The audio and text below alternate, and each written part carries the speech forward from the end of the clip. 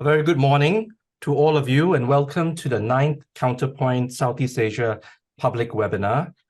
My name is Dennis Hu and I'm Senior Research Fellow at the Center on Asia and Globalization at the Kuan School of Public Policy.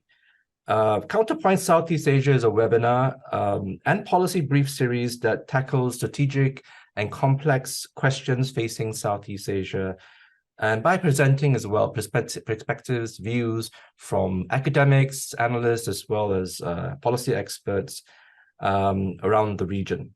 So today's topic title and the main question for discussion is, does the IPEF, the Indo-Pacific Economic Framework, matter to Southeast Asia? IPEF, or IPEF for short, stands for the Indo-Pacific Economic Framework, and this framework was launched by US President Biden in Tokyo, Japan in May 2022, last year. Now, IPEF is seen as a means for the US to economically re-engage with the Asia-Pacific region, including Southeast Asia, particularly since the country pulled out of the TPP, the Trans-Pacific Partnership Agreement, back in 2017. Potentially, IPEF does have some economic clout. It's 40% of global GDP and 28% of goods and services trade. IPEF currently has a total of 14 member countries. 7 out of 10 of them are ASEAN member states. It excludes Cambodia, Laos, and Myanmar. The framework itself has 4 main pillars: trade, supply chains. The third pillar is energy, decarbonisation, or infrastructure. I think they're all grouped together under clean economy. And the 4th pillar is taxation and anti-corruption, or they call it fair economy. So there are a number of different initiatives on these 4 pillars under IPEF. With the exception of the trade pillar, the other 3 pillars have reached close to a conclusion among its members. The supply chain pillar itself, which is pillar 2, was concluded much earlier in May 2023. And negotiations for the pillars for clean energy and the fair economy have been substantially concluded in this month, in November 2023.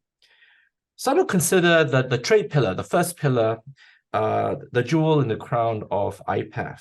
However, negotiations to conclude the trade pillar broke down at the sidelines of the recent APEC meeting in November.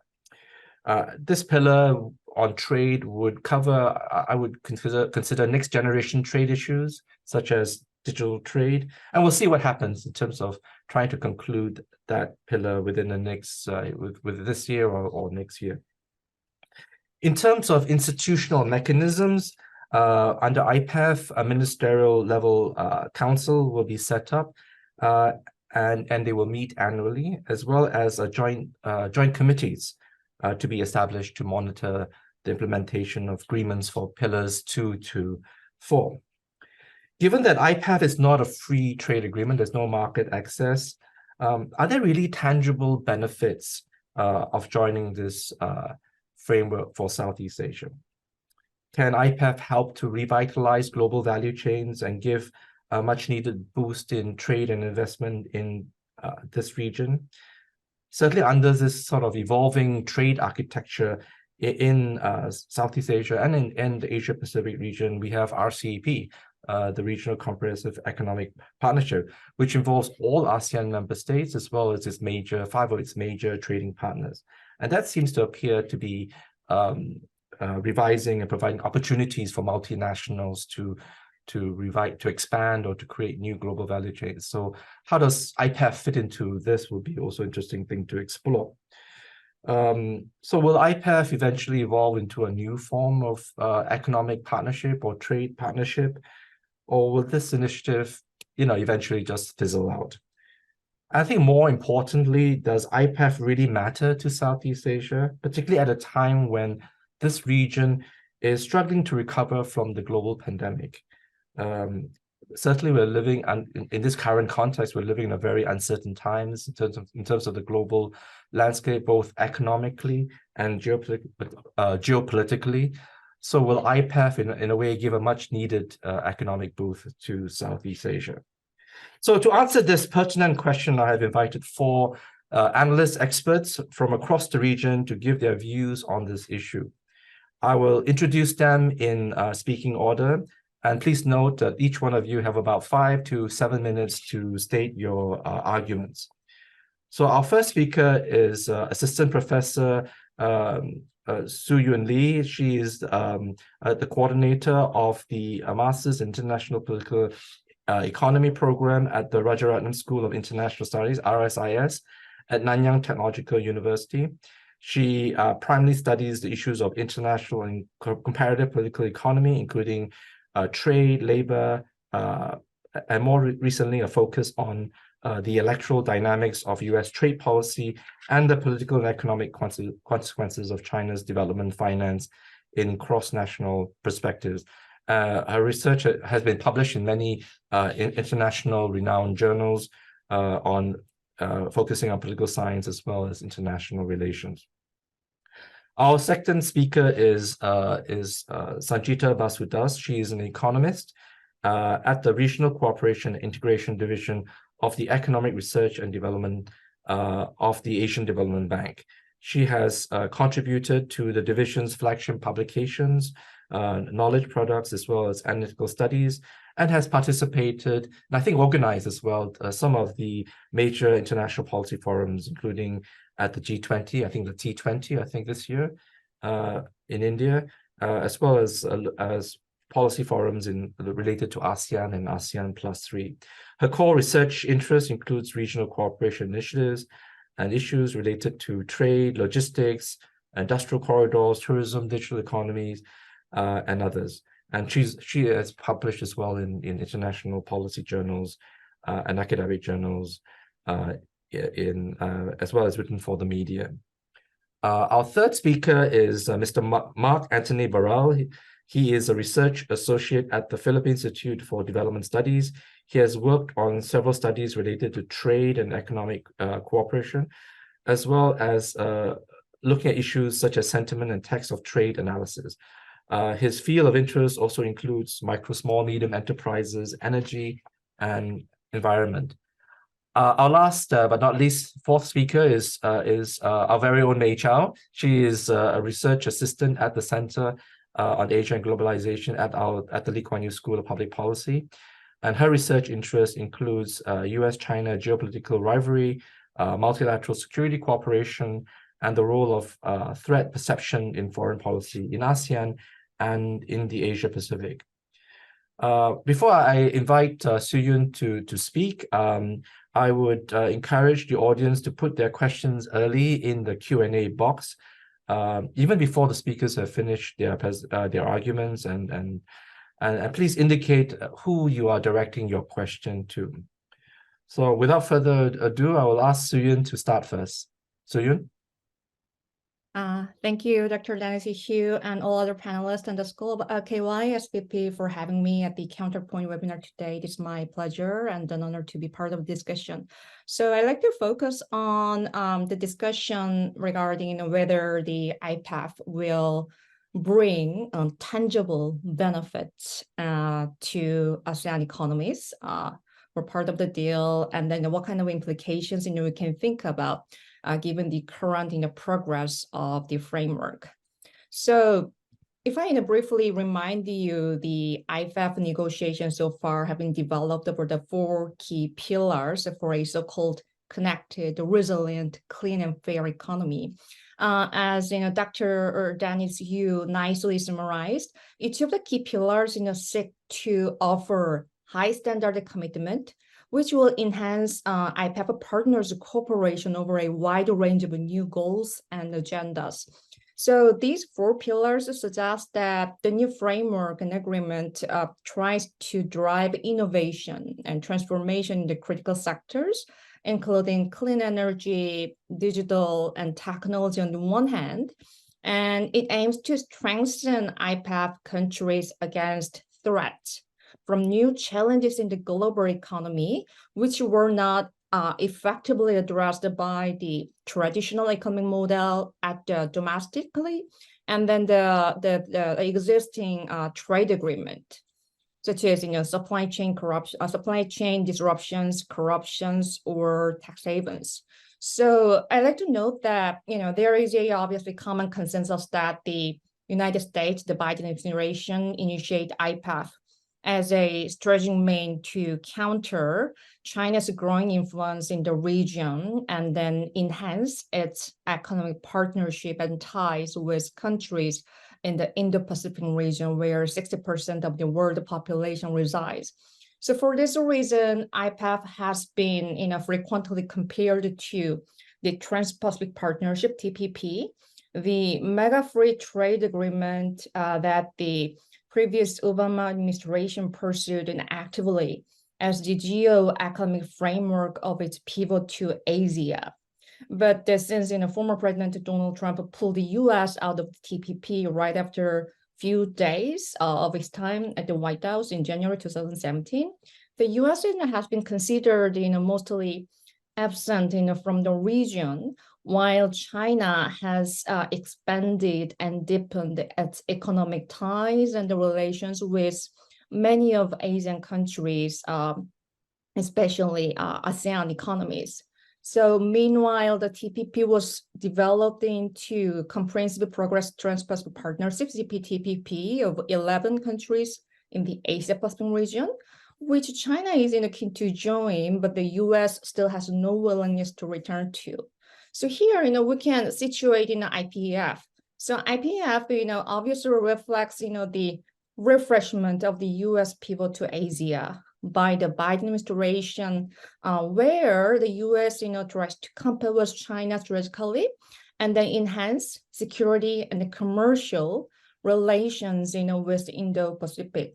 But unlike the TPP, however, IPEF aims to create a stronger, fair, and a more resilient economies where the US and partners, define rules for technology innovation and the digital economy. So when you think about the impact of the IPEF or its implications on South Asian economies as a whole, we may note that IPEF is not a trade agreement.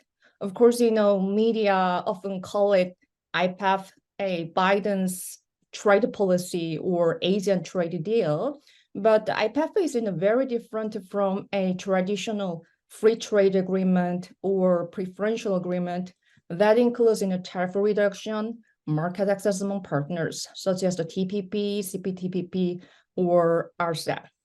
So I think the positive impact of the IPEF can be found following the current status of the 4 key pillars. So I'd like to start with the IPEF supply chain agreement. So IPEF supply chain agreement, this might be called the world's first multilateral efforts to establish institutional and one of the kind mechanism where member countries are expected to respond to supply chain crisis caused by unexpected event effectively and timely. So if there is a request of an IPEF country adversely affected by supply chain disruption caused by the global pandemic, natural disasters, wars, or etc., that there will be a mechanism. So the IPEF supply chains crisis response network, it is gonna operate within 15 days to provide the affected country with substantial information on alternative suppliers, shipping and aviation routes, joint procurement, and then connections between consumers and suppliers from other 13 IPEF countries. So under the supply chain agreement, IPEF partners, they are also expected to monitor and then share information about important dependency, prices, changes in trade volume, and then come up with action plans to address supply chain bottlenecks or the improvement of the supply chain diversification. So the agreement also refrains in IPEF partners from relying on protectionist measures, which might cause supply chain disruptions or bottlenecks to any participating countries. So if this mechanism is working successfully as suggested by the agreement, I think an IPEF can provide tangible benefits and then even safety nets, for a significant portion of ASEAN economies. So we all remember that many ASEAN countries, suffer the huge cost of the supply chain disruptions, especially corresponding to their increasing reliance or partnership with the Chinese economy during the pandemic years, for instance. So supply chain bottlenecks, raw material, or in a component shortage, rising freight cost, and the infrastructure issues. I think, these factors, hampered the distribution of the goods and resources in ASEAN economies, during those time. And then we all know that the growth and development of ASEAN countries slowed down specifically. So it is notable that the supply chain agreement, it can provide a sort of, the institutional mechanism that allow ASEAN economies to resolve these issues collectively or partially. And then the member countries are able to respond to issues and external shocks in supply chains, relying on cooperation among partners that have different strengths and profiles. So for instance, you might think about the synergy between resource-rich countries like in Australia, Indonesia, and there is another group of countries with technological expertise, such as the United States, Japan, Korea, and Singapore. So such balance and the partnership can serve as a sound basis for the recovery and the statement of the supply chains. So if we move on to the other pillars, pillar 3, pillar 4, it is notable that these two pillars show certain similarities with the goals suggested by the ASEAN Economic Committee blueprint, which aims for a transformation of ASEAN into a stable, prosperous, and highly competitive region with equitable development, poverty reduction, and then the socioeconomic disparity, socioeconomic prosperity. So for instance, the IPEF Clean Economy Agreement, it is expected to institutionalize the partners' cooperation over transitions to clean economies, sustainable economic growth with energy security transition, greenhouse gas emission mitigation, climate-friendly technologies and infrastructure. So one fundamental part of the agreement will be the enhancement of the clean energy supply chains with the promotion of the renewable energy, decarbonisation project, and then the sustainable finance for climate-related infrastructure. So also, the engagement of the IPEF partners with the carbon market will be encouraged by the institutional mechanism for capacity building, research development, and then the generation of a credible supply and demand and the global carbon market. And the other part for the IPEF Fair Economy Agreement, it signifies the partners' commitment to fairness, transparency, the rule of law, and then accountability, all of which will be very critically important for better business practices and then trade and investment in the region. So this agreement specifically focuses on tackling corruption and then improving tax transparency and then the administration. And then such goals will be implemented through a new capacity building framework, which provides all the partners with information sharing, technical assistance, and then collaboration with the various sectors such as non-government stakeholders, private sectors, and then labor organization. So the pillar 1, as Dr. Hugh suggested, I think this is the most tricky part because the pillar 1, fair trade or trade, it does not address traditional items of the trade agreement. So the key dimensions of the pillar 1 is digital trade, labor, and the environment. And this is where we see some resemblance between the IPEF and the TPP, because the TPP was trying to propose a very high standards for this area. So far, this is part that make many researchers or policy practitioners to be a bit skeptical about prospect for the IPEF, and then whether the framework will generate tangible benefits as it promises now.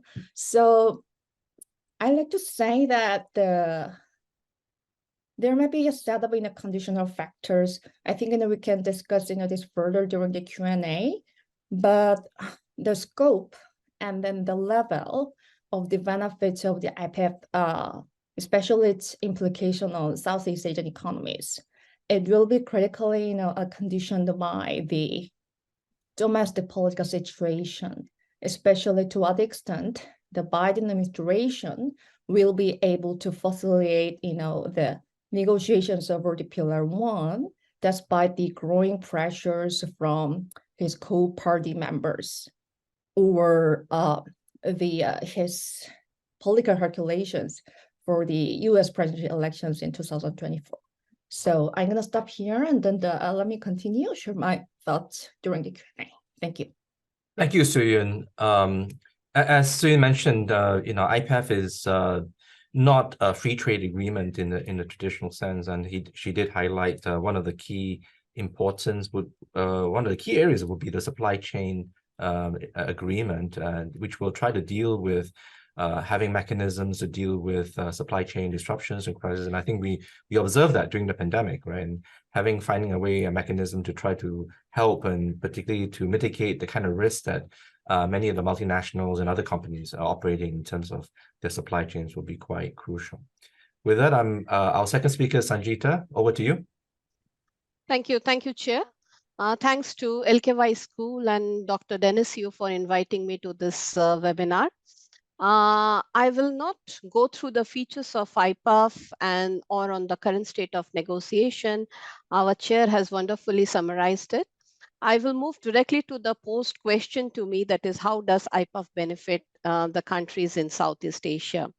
I will divide my talk in two parts. First will be on the broader benefits to Southeast Asia, and the second is more about the supply chain pillar. So to talk about the broader benefits, in recent times, the Southeast Asian countries, as most of us here knows, are part of two mega regionals, namely the RCEP and the CPTPP, and none of which involves US. So as my fellow panelist, Dr. Lee, just shared, so IPEF symbolizes US economic engagement in Southeast Asia. And it should be noted that US is Southeast Asia's second largest trading partner after China, and it's also one of the largest FDI source country for Southeast Asia. IPEF includes India, and it is a growing economy and is in very close proximity to Southeast Asia. The country lately, if we observe the growth rates in the past decade, has grown by around 5.5%, which is one of the fastest in the world. And going forward also, we expect that India will grow at a range of 6.5% in the next 2 years, following its growth rate of 7.2% in 2022. And so even though India has opted out of the trade pillar of IPEF, but being in the grouping along with India is benefits for Southeast Asia. And we should not forget that Southeast Asian countries, when it decided to form the ASEAN Economic Community, they not only wanted to raise their competitiveness in face of rising China and India, but also to benefit from the economic rise of these countries. So it's a vice versa. So we can see that IPEF is helping Southeast Asia to get connected to India more strongly once again. As Dr. Hu had mentioned, that IPEF countries together account for around 41% of global GDP and 28% of global trade. So the region has enough clout for integration, and there is a lot of economic opportunities if properly designed and implemented. So countries like Southeast Asia will be a beneficiary of technical cooperation, given that many of them have low per capita income. Say for Vietnam, with its per capita income of 2,500, it will be recipient of technical assistance and capacity building programs, which will eventually have positive spillover effect to other Southeast Asian members who are not part of the grouping at the moment. IPEF is expected to increase access to technology and green financing requirement of Southeast Asia. And we all know that currently the region suffers from a digital divide. And this includes not only accessibility, availability, but also sometimes about digital inclusion. So IPEF is expected to help the country to gain access to technical assistance from other advanced members to improve on digital usage among its people, firms, and governments. And here at this point, I must emphasize that if you see IPEF, it's not a traditional FTA. My earlier speakers, fellow panelists have mentioned of this, but I will just add to that it is seen as a economic cooperation measure that also wants to promote fairness. And it has started long back under APEC, where we are not talking about free trade agreement, but fair trade agreement. So I see IPEF captures that element in the economic cooperation measures. So now if I move to the second part of my presentation, which is like looking at the IPEF agenda of supply chain. As Dr. Lee has just mentioned, it is one of the first kind that we are seeing this kind of arrangement. And of course, it is holds a lot of promise in terms of international cooperation, particularly when we saw some supply chain disruptions in recent time. So IPEF intends to make the supply chain robust and well integrated through crisis response measures. And as I read the agreement, I feel all these pillars are well connected. So supply chain pillar is also connected to, say, trade digitization, connectivity, and decarbonizations, because these days we are also talking about greening GVCs, greening supply chain, how to gain efficiency through digitalizing the supply chain. So I see IPEF has all these core elements in there. So disruptions due to COVID-19 pandemic and the Russia-Ukraine conflict, we have seen the major vulnerabilities associated with supply chain disruptions, and sudden shortages of essential medical goods or automotive products, including the semiconductor chips, we saw can create severe bottlenecks with implication for people and the economy in general. And these challenges doesn't end with this past crisis. As these countries in Southeast Asia embark on their decarbonization drive and move towards, say, clean energy or green transportation in the future, access to critical raw material becomes crucial. Sourcing of these goods from a single country or having them through a highly concentrated supply chain activities is not going to be a wise decision. So IPEF again provides a opportunity for governments and firms to work together and rethink on their past strategy of, say, the just-in-time and offshoring. More particularly for Southeast Asia, I see the countries will benefit from being part of this IPEF supply chain pillar. These are the countries that have strong economic linkage with China through trade and regional value chains. China is their top trading partner and is an increasingly important supplier of intermediate goods, particularly to Vietnam. And this is not surprising, as of late we have all heard of some downstream productions shifting out of China and are being relocated to Southeast Asia. So these economies experienced severe supply shocks during COVID-19 as China closed businesses or restricted export of goods to other countries due to its own higher demand in the country. So to minimize occurrence of similar shocks in the future, the countries are expected to reevaluate the supply chains and source markets for critical products. For these countries in Southeast Asia, IPEF provides a platform for international cooperation and sharing of ideas.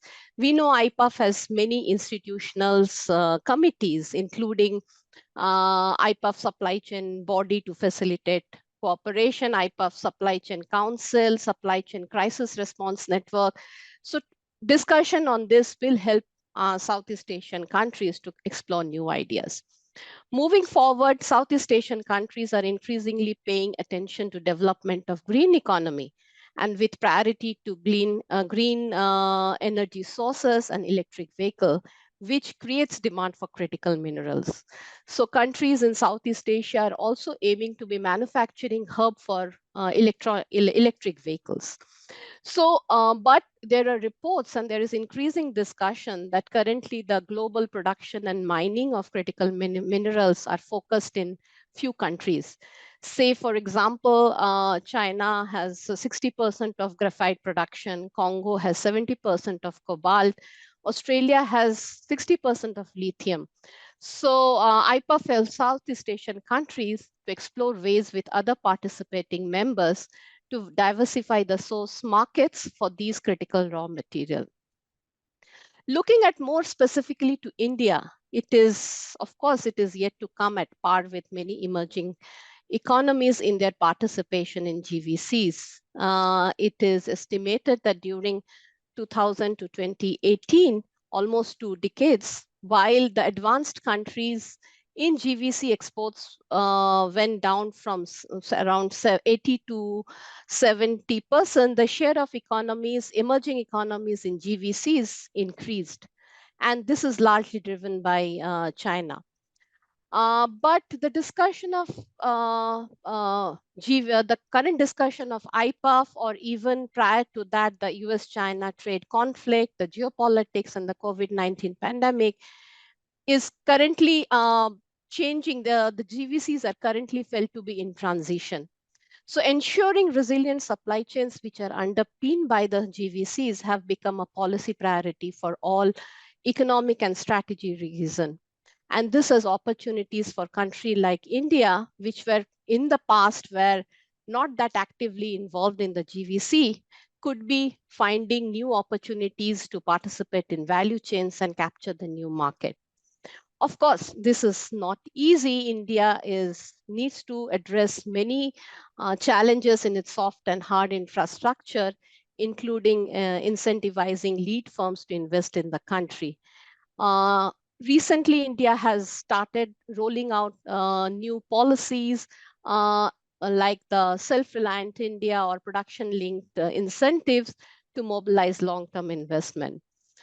Of course, countries in Southeast Asia are looking for several areas where they can collaborate with India, particularly in, say, pharmaceutical, textile, food processing, automotive, including the electric vehicles, and to diversify the supply chains going forward. So to conclude, participating in IPEF will bring Southeast Asia with broad and focused benefits. It will bring the countries to address the current challenges of diversifying its supply chain and integrating it with other objectives of the pillar, like, say, digitalization, clean energy. It offers the countries to tap new markets like India, which is growing fast in the vicinity. However, much depends, as Lee was mentioning, on how IPEF will lay out the further details and action plans. How active will be the US post-election to push this agenda of IPEF, and how the participating members stay invested on the cause of participating in IPEF. I'll just stop here and I look forward to other discussions. Thank you, Sanjita. It does look like from the presentations from Suyun and also from Sanjita, particularly the supply chain agreement, the second pillar, does provide some real tangible benefits for Southeast Asia. And I think in Sanjita's case, providing that linkage as well to India, which is a growing market and essentially a potential growth engine, particularly when we're seeing at this point in time a slowdown in the other growth engines, China in particular. So with that, Mark, you're next. Thank you, Dr. Yu, and I thank you and the Lucan Yu School of Public Policy for inviting me here. Now, for IPEF, IPEF provides opportunities for Southeast Asian nations to strengthen economic collaboration This is especially important for the developing nations to participate in negotiations with developed and more advanced countries. Collaborative engagement with countries that are more advanced, for instance, in terms of innovation and technology, can support key domestic industries or sectors. Being at the center of the framework, the role of Southeast Asia and global trade is highlighted, placing it in an interesting position that also attracts the attention of countries outside the framework. This interest can be leveraged to increase Southeast Asia's engagement with other potential partners. IPEF, however, is still incomplete in its uncertainty, brings about some challenges. For instance, the standards set by the US in IPEF create some reluctance as there are political issues that must be considered, such as labor and environmental standards. This set of high standards can be difficult to meet by countries, especially by developing ones, as this can affect their domestic processes. Unless the proposed standards can be linked with investment and financial flows, especially with the developed members, developing members may most likely only find it hard to adopt these standards. At one point, however, if we would really think about it, these standards are actually a challenge to IPEF partners to take more ambitious steps in improving trade processes, addressing supply chain issues, having better environment, cleaner and more sustainable energy, and better government services, as well as better welfare protection for workers and consumers. It is also clear that IPEF does not provide additional trade access to the US markets, a factor that adds up to the hesitancy of some partners, especially considering the US previous withdrawal from the TPP.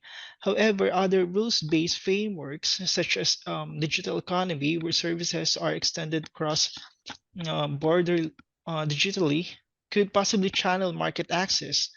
It could ever be covered in supply chains and clean economy pillars. In addition, some partners anticipate that IPEF can help maintain the balance between the US and China in the region, although this perspective somewhat puts others who wish to stay out of the tensions in a difficult position. We used to talk about trade war, but with IPEF's PGI, maybe sooner we will be talking about investment war, which I think is better and more beneficial for countries. How IPEF matters to Southeast Asia partly and importantly depends on the perceived benefits it offers, its commitment and sincerity. It also depends on the alignment of the broad themes of the framework on the domestic development priorities and issues of each nation. It is therefore necessary to identify critical areas and sectors that must be targeted and to craft appropriate action agenda that will move members closer to realizing the expected benefits. IPEF, just like any other economic and trade negotiations or agreements, affects a number of stakeholders, sectors, and industries. It is important to ensure that mechanisms such as more engaging consultations, retraining programs, and social safety nets, among others, are in place to take into account the interests of these groups. Moreover, the vision of IPEF is in line with the existing frameworks and visions of Southeast Asia, such as outlined in the ACRF, or the ASEAN Comprehensive Recovery Framework, the ASEAN Outlook for the Indo-Pacific, and the AEC Blueprint. IPEF, therefore, can support the realization of these visions. Will Southeast Asia benefit from IPEF for the framework to really matter? That is quite hard to definitely tell. What we know as of now is its vision are there, how committed the proponents and members are, and how to materialize the visions are another thing, which are similarly important to consider in the discussions. That ends my part. Thank you. Thanks, Mark. So I think you did mention that IPEF potentially provides that kind of international platform where, particularly working with developed economies and, opportunities for capacity building, technical assistance. You mentioned investment war besides trade war. That's an interesting thing that you brought up, and maybe we can talk a little bit more about that and elaborate on that during the Q&A. So last but not least is May. May, over to you.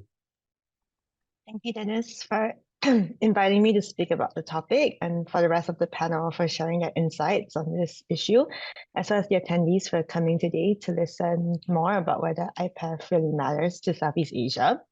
My presentation will briefly focus on the economic aspect before delving further into the broader context of US-China rivalry and its potential implications to Southeast Asia and ASEAN. So I think I agree with majority of the panelists that there is a potential positive impact for ASEAN economies.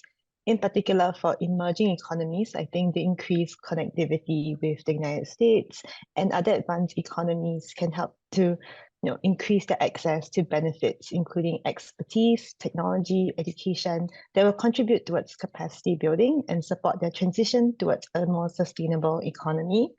At the same time, Southeast Asia can also look forward to America's reignited engagement with the region and also collaborate on addressing global issues to promote a more stable and rules-based order in the region.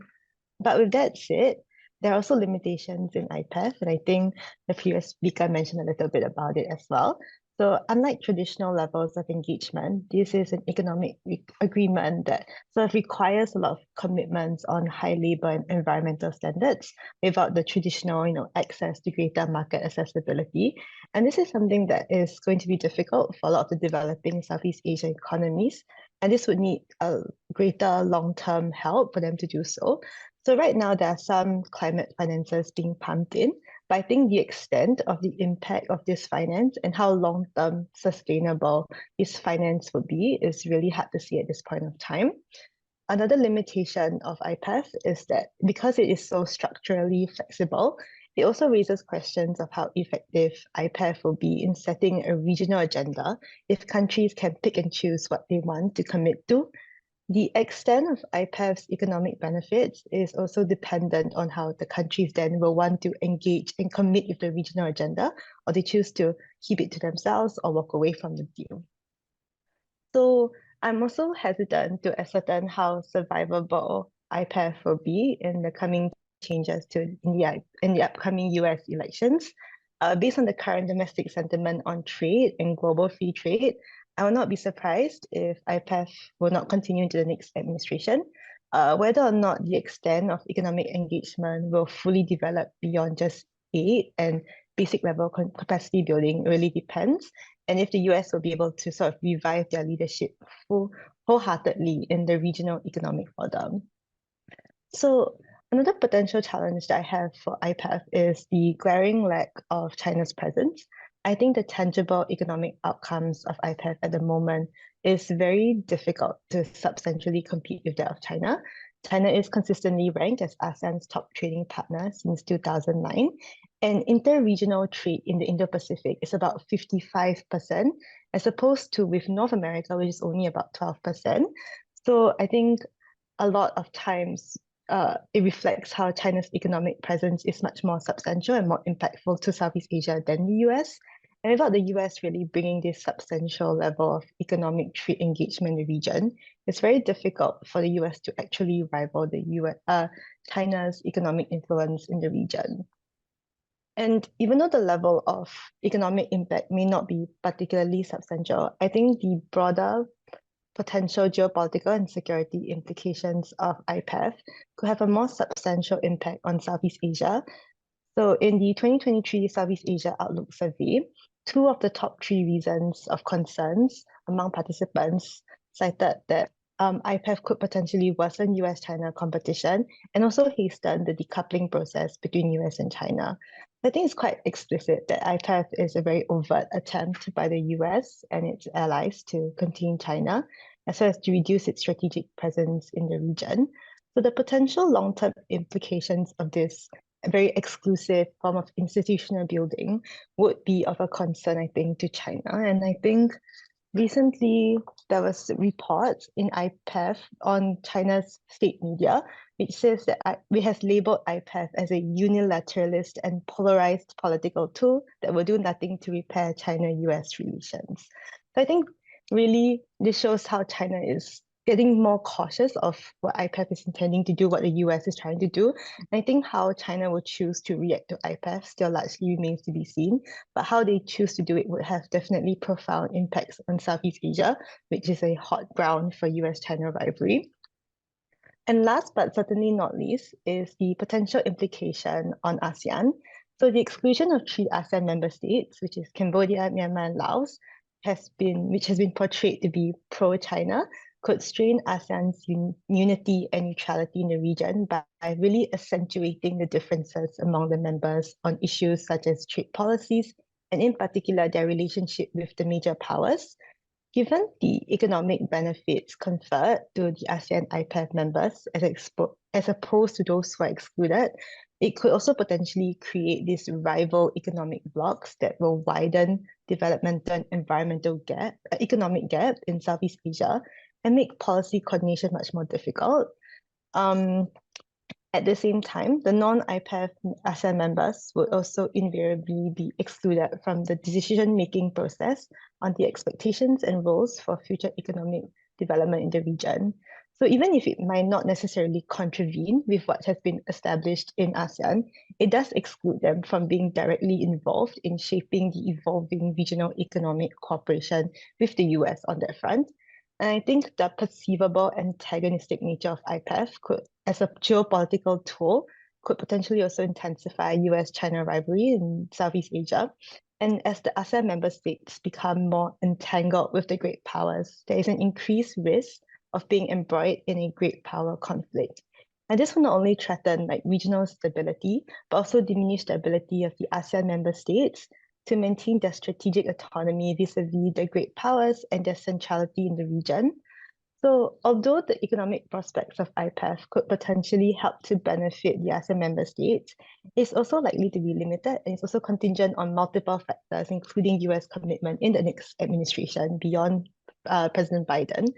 And there's also likely political and security implications for Southeast Asia. I think it's crucial to increase the presence of great powers in the region. Healthy competition is really beneficial for Southeast Asia, but it should not take away from the regional peace and stability. I think the onus really lies on the ASEAN IPEF members in particular to carefully balance building this economic resilience through cooperation with the US, but also maintaining its present ties with China, as well as moving forward with ASEAN's relevance and ASEAN's principles.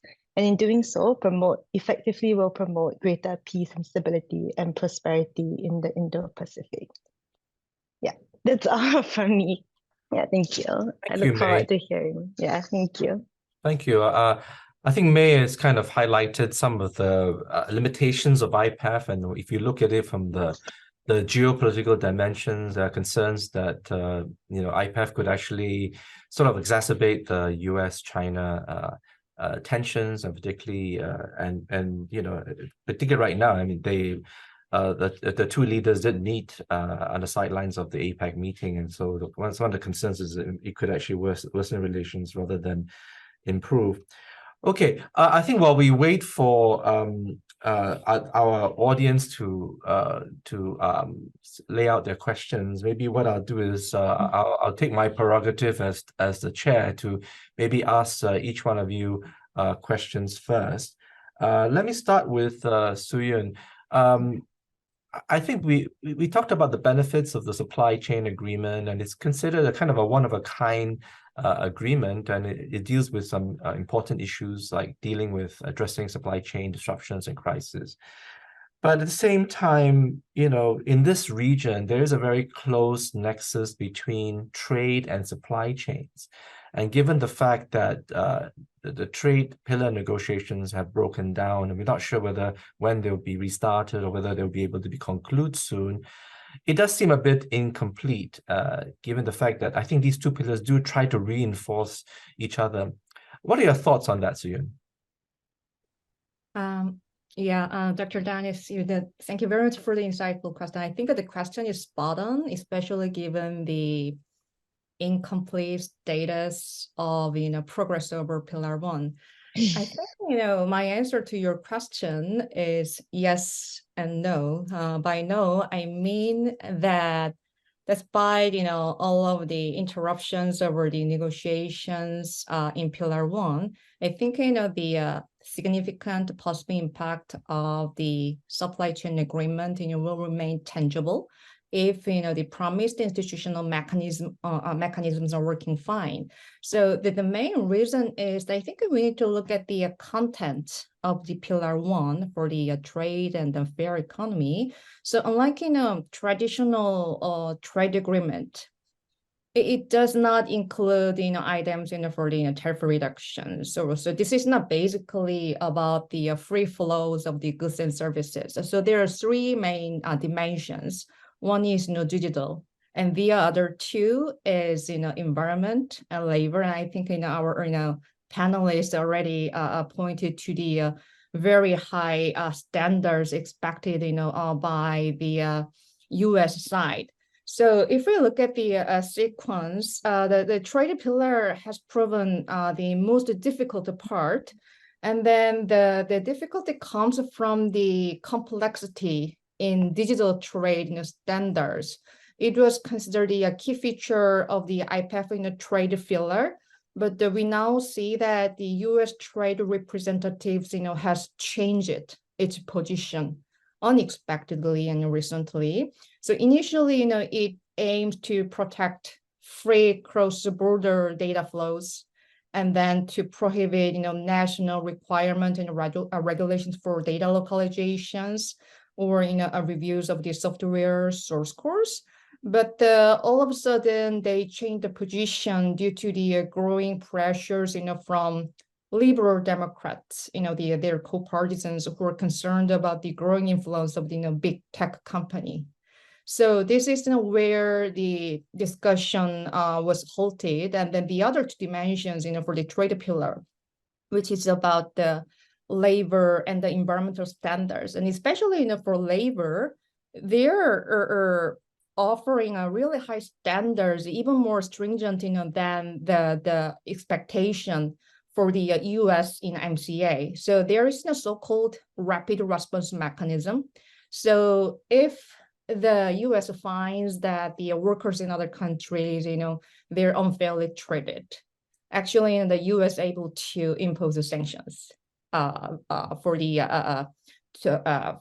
respect of labor rights or workers' right. So I would just say that the effect of the IPEF supply chain agreement itself will not be directly conditioned by the current status of the Pillar 1, mainly because Pillar 1 does not address any traditional items. But that said, the U.S. demands for high standards for the labor or environment.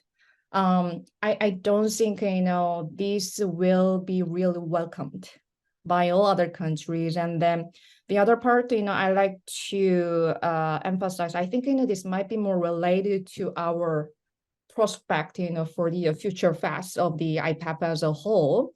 The sudden changes, of the U.S., especially Biden, was very eager to include a trade deal, at the APEC summit, but he changed the position only a couple of days. So that's the reason why, the deal remains incomplete. And then there's, different factions of the Democratic Party who see the necessity of, the trade deal. There is one part like, the Ohio, state senator like Sherrod Brown. He keeps pushing Biden to drop the trade deal from the IPEF. On the other hand, there is a moderate, Democratic liberals who are suggesting that we should include a trade deal. So it remains, to be seen how the U.S. president, will be moving on, given the different perspectives of his co-partisans. The problem is that I think, it is taking time, right? And then many other participating countries of the IPEF. I think, you know, they got a little frustrated about this, you know, ongoing influence, you know, from the domestic politics. And we all know about, you know, the possible adverse impact, you know, from the next presidential, you know, election, especially, you know, the Donald Trump, you know, he suggested he is going to kill the deal if we get back to in power. So I think, you know, we have to acknowledge that, you know, there is some concern that whether IPEF is like the replay of the TPP. I think, you know, that is the worst case scenario we have to avoid. That said, I still see some silver lining because, you know, this is a great chance, you know, for South Asian countries, especially ASEAN economies, you know. I think, you know, the ASEAN countries has been amazingly, you know, pursuing the hedging strategy, you know, given the rise of the, you know, two great powers, risk contingency and then return maximizing. I think, you know, these are the two major goals that the ASEAN countries have been pretty good at, and then in expanding trade and investment. So I just say IPEF, to be honest, it is, you know, better than nothing, but the accurate degree of the substantial benefit, I think it will be conditioned by many other things in US domestic politics. Thank you. I like your point, better than nothing. Okay, Sanjita, is there a role for multilateral development banks? You work in the Asian Development Bank. Is there a role to support some of the pillars in IPEF? I know that ADB provides technical assistance to its members and looking at areas from green finance, from supply chain. So is there a role for ADB here or other multilateral development banks? Yeah. Thank you, Dennis. I must first say that I belong to more the knowledge side of the bank rather than the financing side of the bank. But being worked in the bank for the past 5 years, I do see MDBs can play a role. It's not just ADB, but also World Bank and UN bodies. And given that we are seeing the positive side of IPEF, I think supply chain, particularly looking at the trade facilitation aspect of that, and could be a key area which the MDBs can assist. And also there are many policy reforms because like we are saying, IPEF is not about market access. It's not about reducing tariff levels, but also come up with the standards, the rule-making side of IPEF, which is there are modalities in these development banks which can help countries to undertake these policy reforms, and both in terms of technical assistance, awareness, knowledge, and also to and finally get the benefits of the supply chain or improved supply chain in the region. So there are small ways where the MTBs can contribute. But to start with, I think the first thing is to identify the areas of interventions where the MDBs or any development agency can help the countries to adopt the IPEF measures. And here I must say that many of the IPEF measures, like the other panelists said, are also similar to, say, ASEAN cooperation. So, so we should not see that IPEF is the only economic cooperation in the town. We have many. We have ASEAN's own cooperation, which is now looking at the post-2025. And many of these elements will be going in the ASEAN cooperation. We also have the ASEAN +1. So the first key step, I think, for all of us to understand the common grounds across all these regional cooperation agenda and identify where development agencies like ADB, World Bank, or others can help the countries to benefit from the regional cooperation. I'll stop there. Thanks, Sanjita. You know, Mark, maybe a question on the trade side. You know, yeah, I think everyone's kind of agreed that IPEF is not a free trade agreement. At the same time, let's assume that, you know, they're able to conclude the first pillar, the trade pillar, and so you got all the 4 pillars up and running. Is it potentially, I mean, could it evolve into something like TPP eventually over time, a kind of free trade agreement or much more comprehensive trade? Is that something that could happen? So what I'm saying is IPEF could be that kind of prototype that will eventually lead to a much more bigger free trade agreement. Is that possible? Hi, Dennis. Well, personally, a lot could still be happening in the future, in the near future. Although as of now, more of the discussions in IPEF are really hampered by, I think, the domestic political environment of the US. But yeah, maybe let's see after maybe the upcoming 2024 elections, maybe the narratives of the US will be changing, and perhaps there could be more to include in the discussions, especially regarding trade. So yeah, maybe I don't think it can be as comprehensive as the TPP, but at least on the market access aspect, if the domestic political tensions the US will be addressed, I think it could be at least on that aspect can be considered. Right. Thanks. Yeah. Yeah. Or on the other hand, it might be just better for the US to rejoin TPP. That could be a better solution, right? May, yeah, I think one of the points you did raise as well, IPEF is not very inclusive, right? Particularly from within the ASEAN context. It excludes Myanmar, Cambodia, Laos, which are perceived as pro-China.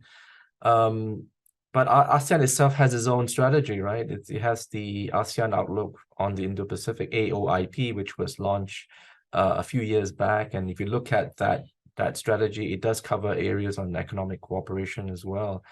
So would it be better for ASEAN in a way to just focus on trying to implement the AOIP, which particularly has an economic element in it?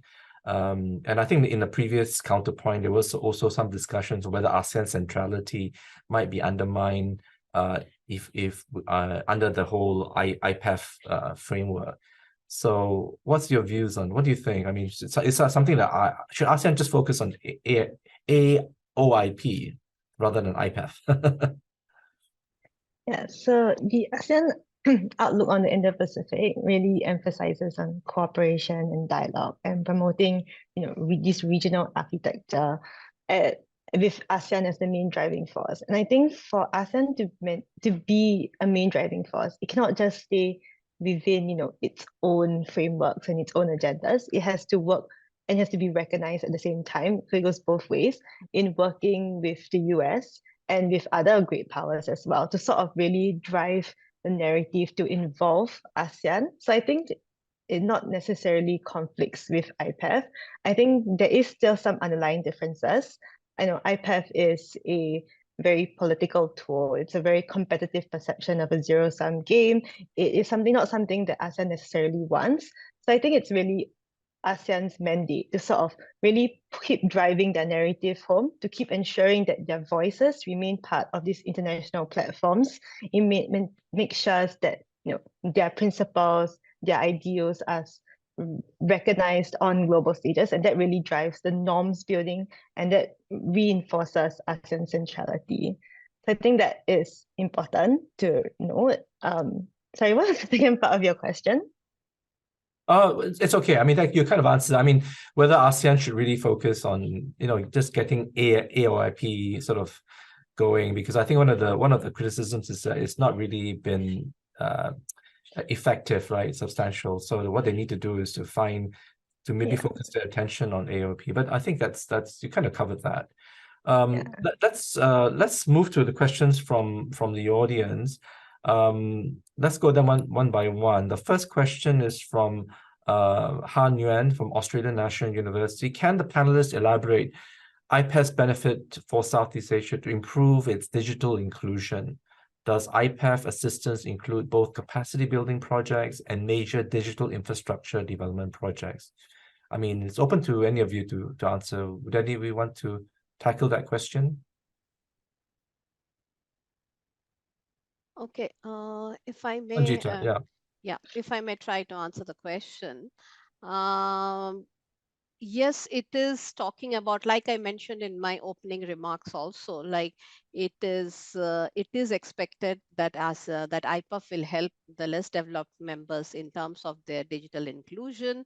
And it is not only in terms of setting up the regulations, but also about bringing in private sector investment in the infrastructure building.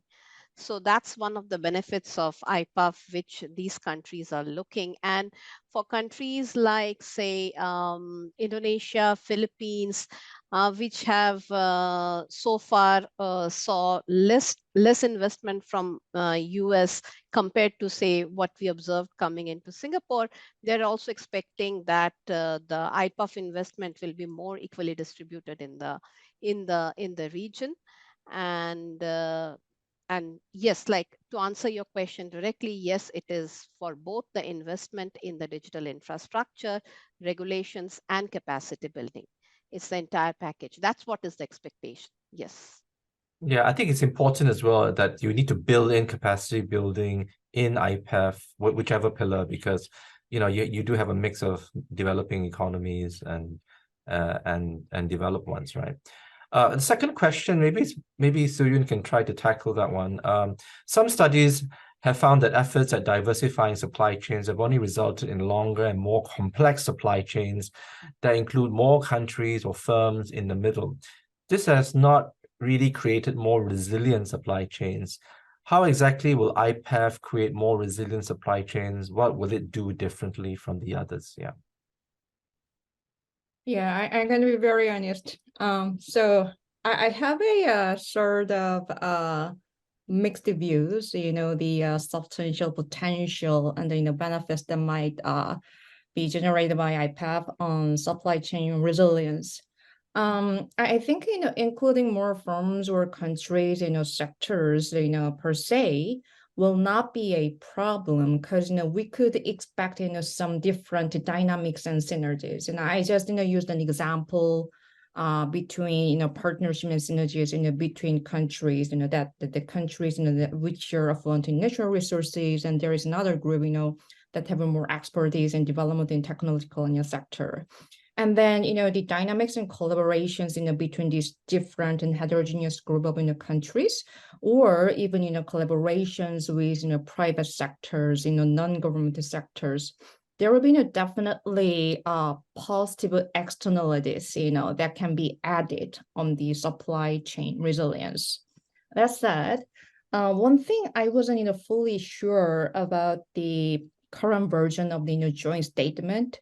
The statement has a really ambitious, goals and agenda, and then it lists multiple layers of, institutional mechanisms, and then, unit organization.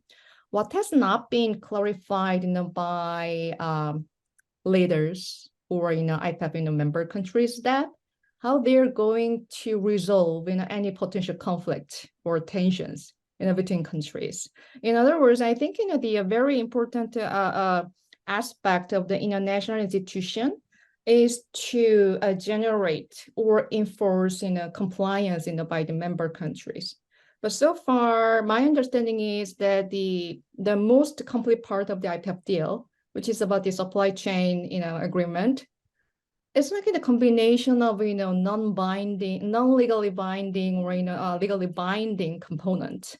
So there are several parts that remain to be seen about to what extent these mechanisms will be working for the case where a certain country makes a request to resolve a supply chain disruptions or in a crisis, and then to what extent other countries are willing to offer information or technical assistance, especially when they are experiencing some economic hardship or problems domestically. So I'm gonna stop there, but the question is pretty fair. Thanks. Yeah, I think you're right. It's also I don't know whether there's any other initiatives in the rest of the world like this, right? Because when we look at supply chains or global value chains, when you're looking at it from the government angle, it's more to do with how do you facilitate it, right? How do you work together to facilitate? But now you've got this kind of regional mechanism, and you know, how do you build in all these different issues of compliance as well? Yeah, it's going to be, it's in a way, I think it's going to be a very good experiment to see whether this works. Yeah. Yeah, I think we also have a question here from Edmund Sim. Are Southeast Asian countries willing to pursue the IPEF goals if the US is unable or unwilling to support all pillars of IPEF? If these deliverables benefit Southeast Asia so much, could they be pursued in other forums, such as in APEC or in ASEAN or RCEP? It's kind of very broad question. Anyone you want to answer this? I think there are two questions here, but I think maybe the first one, maybe we can just tackle the first one first. Maybe I can try. Yeah. Actually, I don't think I have a complete answer for that. But first of all, I don't think, you know, it will be feasible to embrace, you know, the agendas from IPEF into other existing trade agreement.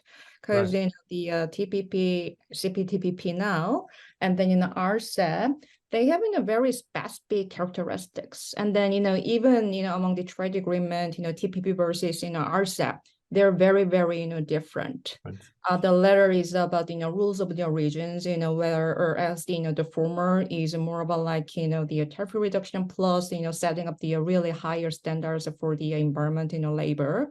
So that said, whether it is possible to pursue, you know, these wider ranges of goals, ideals in different forums, I think we already have answers. What I find, you know, amazing from the IPEF is that if we look into ASEAN's in the trajectory over the past 2 decades, the development of, you know, ASEAN, especially the institutional development, is really nicely, you know, fitting into the many agendas, you know, addressed, you know, by the IPEF. So that's the reason why I think, you know, the better than nothing comes from my view that the ASEAN countries, all of them, especially if you look into ASEAN Economic Community, you know, blueprint and its development, they have, you know, these 5 goals. I jot down here, you know, it has, you know, goals about the highly integrated and then cohesive economy, competitive, innovative, and the dynamic ASEAN, and then the resilient, inclusive, you know, people oriented global ASEAN, and the enhanced in the connectivity and the sectoral cooperation.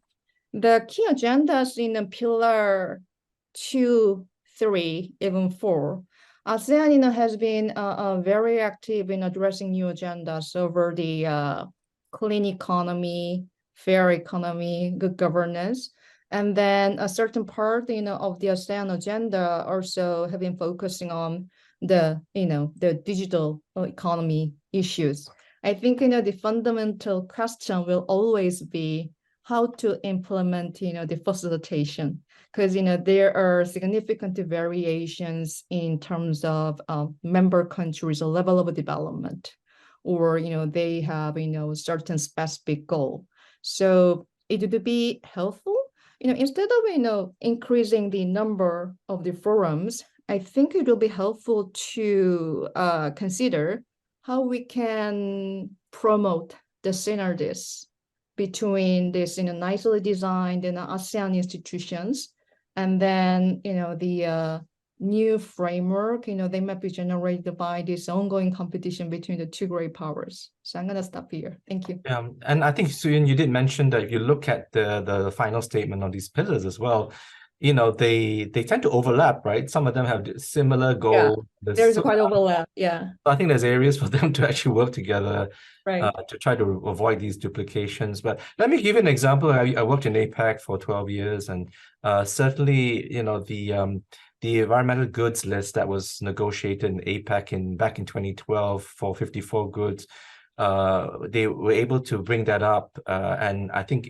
revive negotiations on environmental goods at the WTO. So I think there are opportunities, I think, if there's some successful negotiations on certain key initiatives to be brought in other fora, such as it could be G20, APEC, WTO. So I think that there are possibilities there. Now I think I'm going to group two questions together, and I think it's to do with membership. So related to how will Southeast Asian countries respond if China applies to join IPEF? That's one. And I think there's also another question that's related to that. Let's discuss find out reason why it could be changed.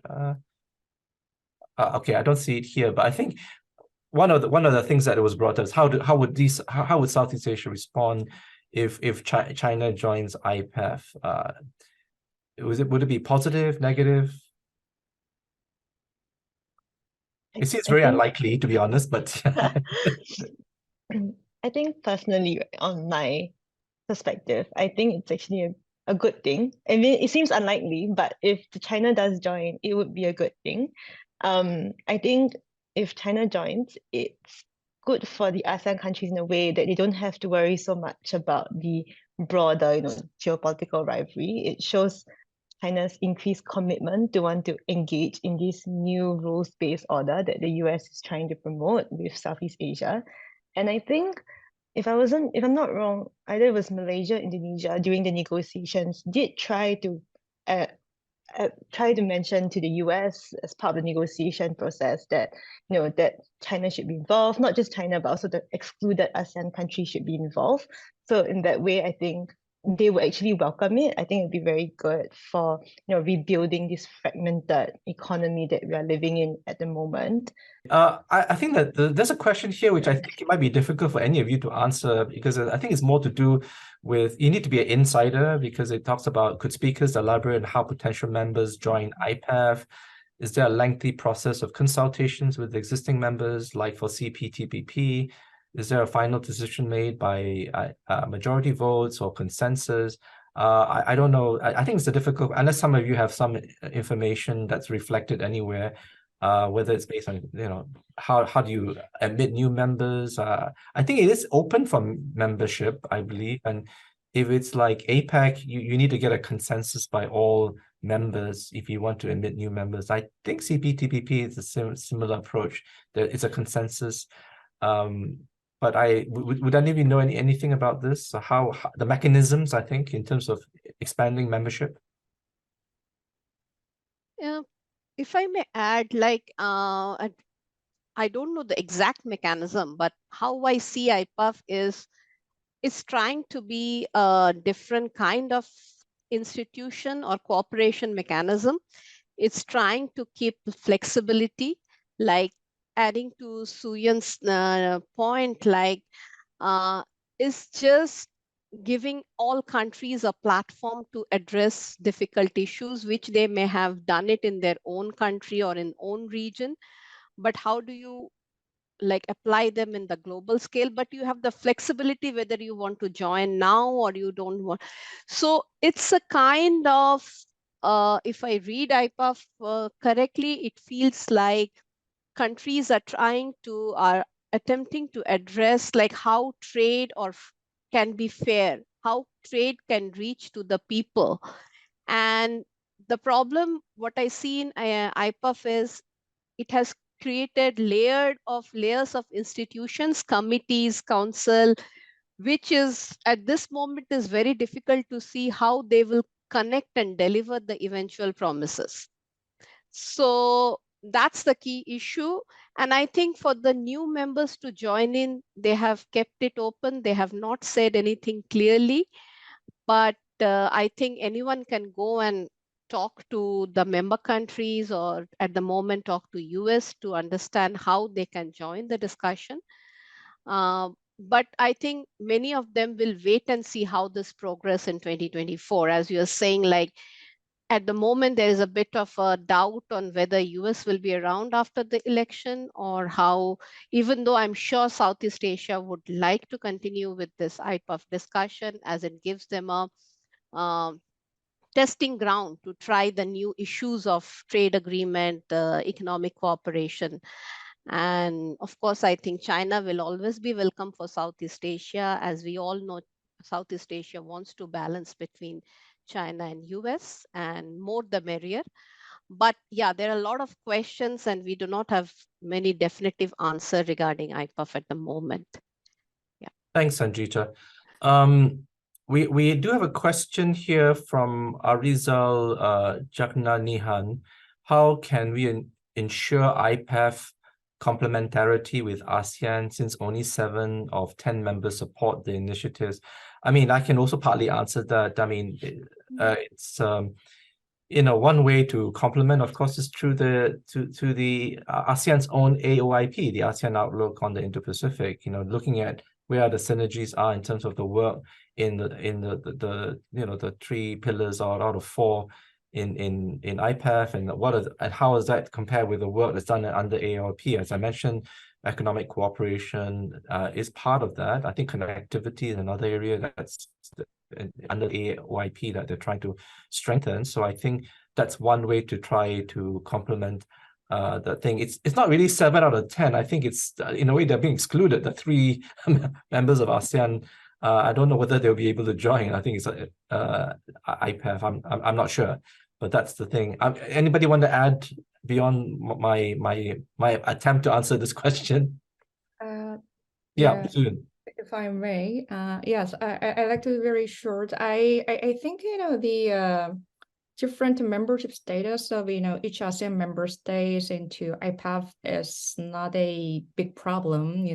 As you have seen in the case of the Trans-Pacific Partnership, especially the departure of the TPP, and then the current status of the CPTPP. I believe only 4 or 5 countries of ASEAN are part of the CPTPP.